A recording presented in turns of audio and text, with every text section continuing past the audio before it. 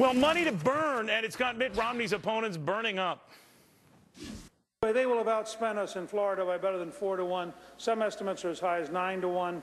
I saw on Fox a few minutes ago $17.5 million of negative ads, negative robocalls. Newt Gingrich claiming that Mitt Romney's pricey ad blitz to the Sunshine State is why the polls have changed. But Elizabeth Donald says Newt might want to focus less on the money and more on the message to explain his reversal of fortune. She's joined by Jonathan Hoenig and Bernard Whitman. Explain, Liz. Well, Mitt Romney's message has always been more prosperity, and it should be, I want to float all of your boats. And by the way, that's how we're going to get more tax revenue in the door with more economic growth. That has been his message. He needs to focus it more instead of the attacks from Newt Gingrich. That's all you seem to hear from him, you know, coming out of his side of the aisle. And, you know, there's a lot of ideas being floated around, Neil, that sound great after 4 bottles of Pinot Noir. But simple message from Mitt Romney. Or Schlitz, yeah. that I want to float all of your boats, and I know how to do it, and I know how to do it and bring tax revenue in the door. Bernard. Or Schlitz. You know, I think that money has always played a huge influence in politics, but post-Citizens United, I think money plays an enormous role. And the fact is, money flows to winners or people that seem like they're going to win. And there's no doubt that the money from the Super PACs have benefited and hurt both Mitt Romney and Newt Gingrich. You know, coming into Iowa, Gingrich was going up. Mitt Romney's Super PAC came in, pushed him down. The same thing was true in South Carolina. Romney was going up. Sheldon Adelson poured money in and helped Gingrich take that contest. But now the Super PAC money is effectively cementing Mitt Romney's status as the preeminent frontrunner, and I think it's ultimately going to help him to a more than double-digit victory in Florida. Jonathan Hoenig, you know, I find that a lot of these bundlers, fundraisers, whatever you want to call them, are at best fair-weather friends. So if it looks like Gingrich is gaining traction, they'll hold back and see how it goes and easily jump to the other side. I guess in this case, it does depend on the message, though. And say what you will of Newt Gingrich's, it's not resonating, and the topsy-turviness of his campaign is re-emphasizing that, is it not?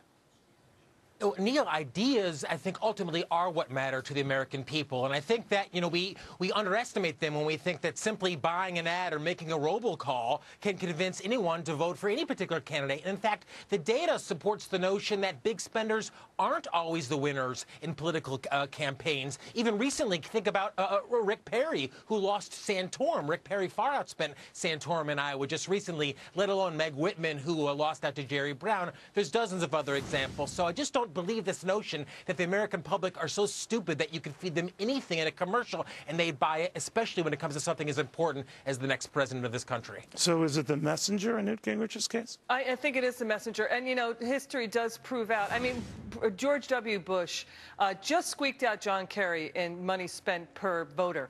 And, you know, people just didn't go for John Kerry's kind of defeatist Although attitude. it was close. I mean, not for Ohio, we'd have President Kerry. Yeah, that's right. It was very close. But the amount of money spent, though, it was also very close. Gotcha. Bush slightly outspent him.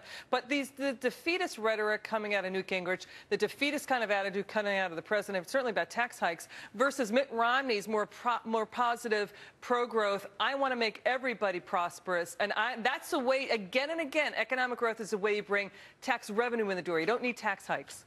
But I have to take some issue. Mitt Romney is hardly waging an optimistic campaign. He's warning we're in dire circumstances. He's talking down to the American people. I mean, I've heard him on the stump recently. He reminds me of Jimmy Carter in the Malaise speech.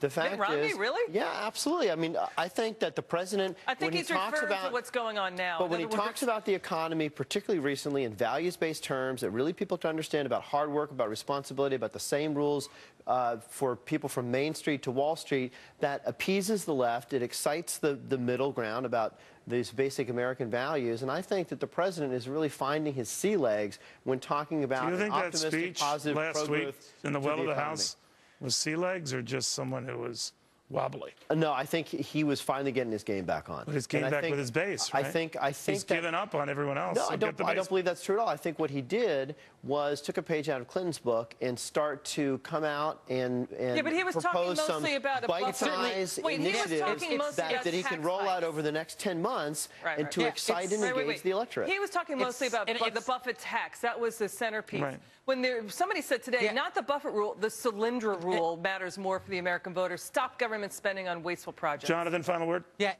And Neil, I mean, Bill Clinton is remembered as someone who moved to the center and was a divider among the two parties. I think that people on both sides of the aisle would think that after the President's State of the Union, the parties and, in fact, the nation is as divided as ever. By the way, that's worthy of a Fox alert that you had something kind to say about Bill Clinton.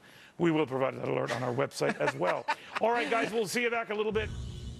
We take 18 ounces of sizzling ground beef and soak it in rich creamery butter. Then we top it off with bacon, ham, and a fried egg. We call it the Good Morning Burger. All right, you better let the food police.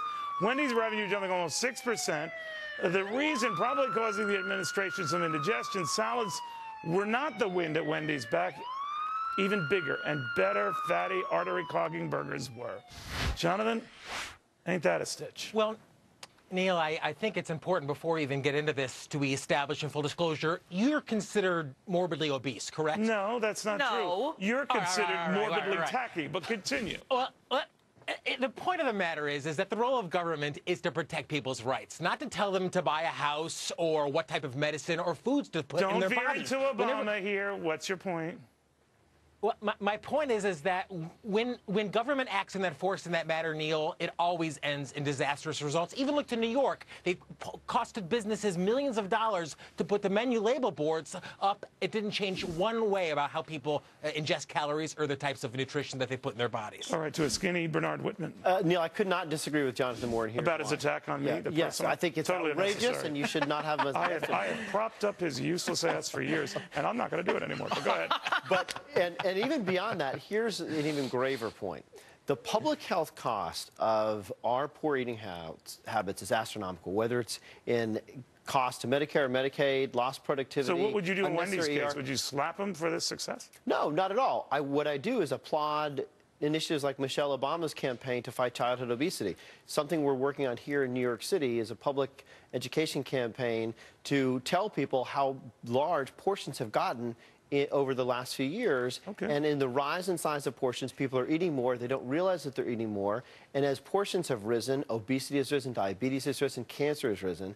If government can arm people with some simple facts like Mike Bloomberg has to allow people to eat healthier, that would allow to be a babysitter. No, to make informed choices that ultimately are going to allow people to live healthy lives. Lindsay, what do you make of that? Government less common money. sense approach. Well, first of all, I Cost have to money. say that Jonathan's role is to quit making fathead statements. Yeah, hello. Stop and please use your I would save this tape as your final one for your Right. little loser resume. Please, from now on, use your inner voice and stop being so lookus. Yeah. So anyway, what's going on here? No idea what you just said, but me neither. Totally agree with it. Go ahead. Yeah, I do too. So, but the problem here is that what's going on is the recession happened. People went to eat cheaper at fast food restaurants. What else is going on is now Ronald McDonald is the balanced lifestyles ambassador because he sees the government coming in. And here's what also is going on. The health reform bill says you fast food you chain have to print the calorie count for all of your menu items. So now you're seeing companies like Starbucks doing better than Dunkin' Donuts. So I hear what Bernard is saying about informed choice, and that's the wave of the future. But that's actually the danger. I mean, think about it. Bernard's talking about informed choices from the government. This is the same government that for decades. It's not from the government. Why it's from is that a business. danger? Can I explain it? Because, go ahead, make your for point. example, Let the fathead explain. No, that's mean. Don't do that. Go ahead, Jonathan, go it's ahead. the same government that pushed the food pyramid for years, the now discredited food pyramid that said to all of everyone's kids that this is how you should be eating. So you put a lot of faith in government regulators to tell you the right way to eat. Wait a minute, the government is not printing the calories. It's about Jonathan, the government is not printing the calories. The businesses are printing the calories. It's called disclosure. We have that in the financial markets. Can we get Why should we not back have to the that point here? in the food market? Bernard, here's the point. I don't want to hear you, Jonathan. You're tedious now. I want to ask you, Bernard, this. If all of this is wise and works, whether it's orchestrated by the government or just fast food giants feeling guilty, but between the menu counts, between the calorie counts, between the pushing salads on people, we grow fatter, we keep ordering the other stuff.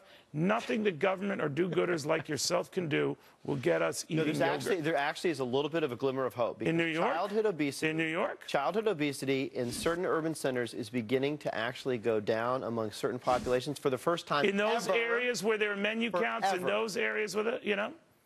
Yes, the fact is... I think you just made that up. It's actually not true. Well, that's actually... If people are informed, they actually do start to think. I think it does... Wait a minute, Jonathan agrees with you. Jonathan, do you agree with that? No, actually, the data in New York refutes that, Neil. A study of the menu labeling in New York said that 6 months after, there was no change in how people chose calories off the menus. And, you know, it's a real cost to businesses. I think this is data mining and Well, they do know this. They did a study that when you read everything on the menu count, you actually get hungry.